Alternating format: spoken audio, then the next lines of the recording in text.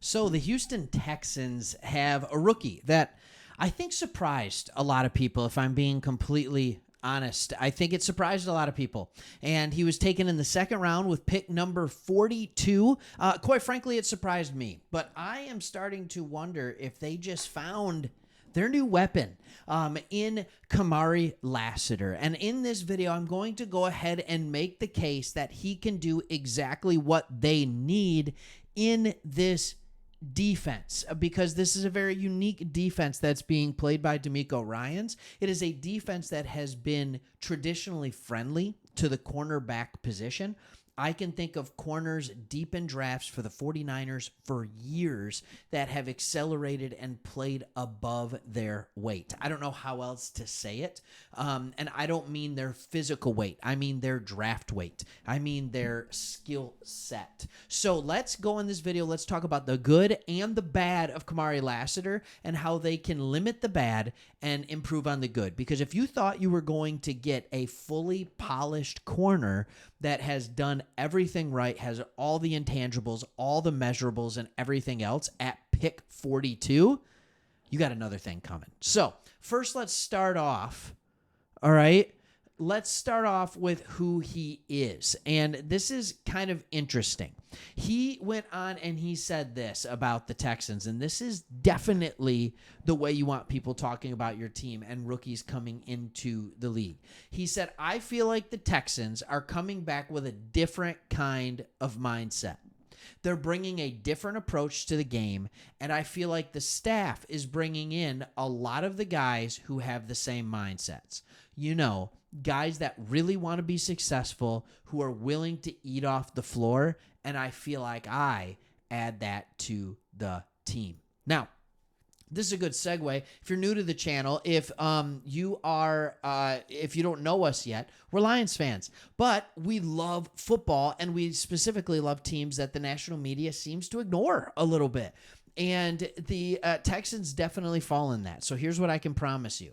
I love Nico Collins. I can promise you that. I can promise you that you'll never see a Cowboys video on this channel. If that's enough for you, hit that subscribe button. But the hope is that you get a non-biased opinion on what's going on with your team. And we've been covering the Texans for a little over a year now.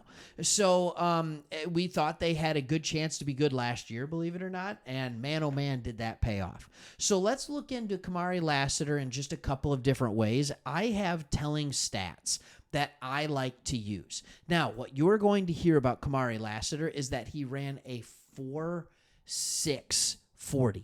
Now, that wasn't an official time at the combine or anything like that. I will show you what he did run at the combine. All right, but here's the things that you also need to know. Yeah, he did not run the fastest 40, if that was ever legitimate. But when you look at his college statistics, now he's coming out of Georgia, so he's matched up against the best receivers, and we know that. His coverage grade was phenomenal. All right, on PFF, that's not everything. His man coverage grade was great. That's that dog that he's got in him. That's that grit. All right, and I was saying it's a perfect segue into this when I was talking about how we're Lions fans, and then I never finished it. Good job. Good job, Craig. All right, but he is a guy, the Detroit Lions talk about grit all the time. And DeMeco Ryans and the Texans are building in a very similar mold that the Lions are doing. That's one of the reasons that we're attracted to covering this team. It is that hard-nosed grit mentality. He brings that. But beyond just bringing that, he also brings a couple of very important statistical categories with him. Number one, I like to look at what is your passer rating allowed. All right, his freshman year, he saw 14 targets, allowed a 76.8. Then he struggled a little bit more in his sophomore year, saw 55 targets, gave up a passer rating of 94.4. That's not great. But then his junior year, it kind of all came together. And all of a sudden, you're looking at a guy who allowed a passer rating of 48.7. That's one of the best I've seen. They only targeted him 39 times, and he only allowed 15 completions. You hear at times like, oh, he couldn't hang with certain speed players in the SEC. Yeah, you're right. That's absolutely true. On the outside, when left alone with an absolute elite wide receiver like Malik Neighbors, yeah, he struggled. Who didn't? Like, What are we talking about here? The guy went number 6 overall.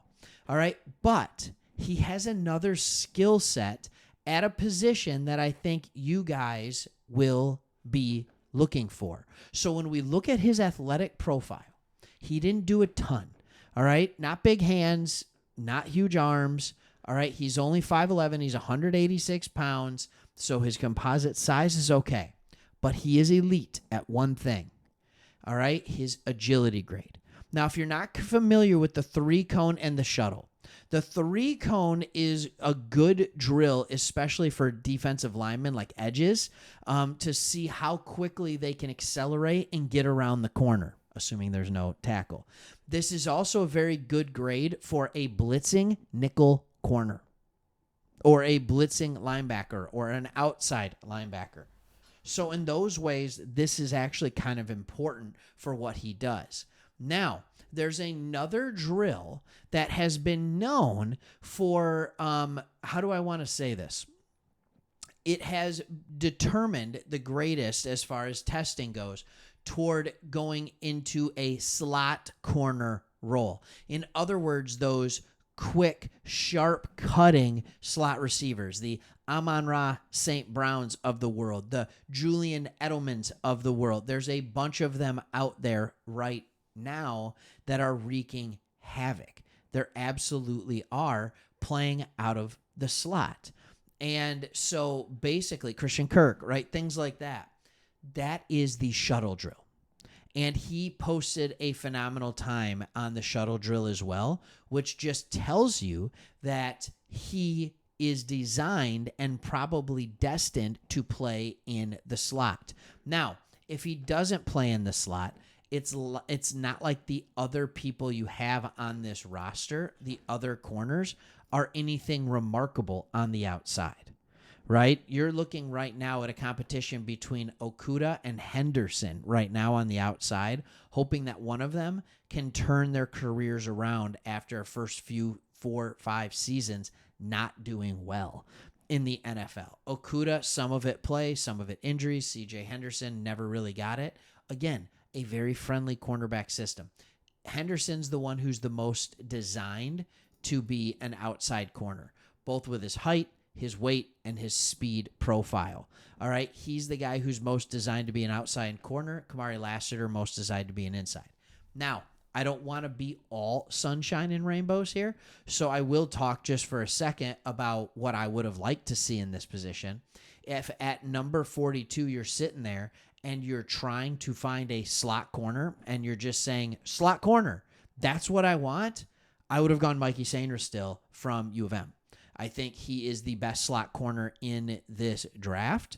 However, if you want a guy, apparently I'm doing thumbs up. All right, if you want a guy that can be a slot corner that can also play outside corner, that is just going to be that dog, yeah, I still think Sainristil is the guy, but you can't be upset with Kamari Lassiter. They saw something in him that they liked. Maybe it was the level of play, how he played and held up in and out against SEC play all year. Like, that can be a helpful situation to look at. So anyways, I think that he can be a secret weapon if deployed correctly. And they have deployed him correctly in the slot, hopefully this year, but we'll find out. Again, corner-friendly system. Let's see what happens. Not to mention the fact that you have Derek Stingley, who's shown that he is more than willing to travel with the best receiver. So he's not going to be matched up with just these highly twitched up, productive players all the time, because Stingley has shown, I'll go with the best player, no problem. So there you go. Thanks for watching. Hope you liked it. Hit that subscribe button. We'll see you on the next one.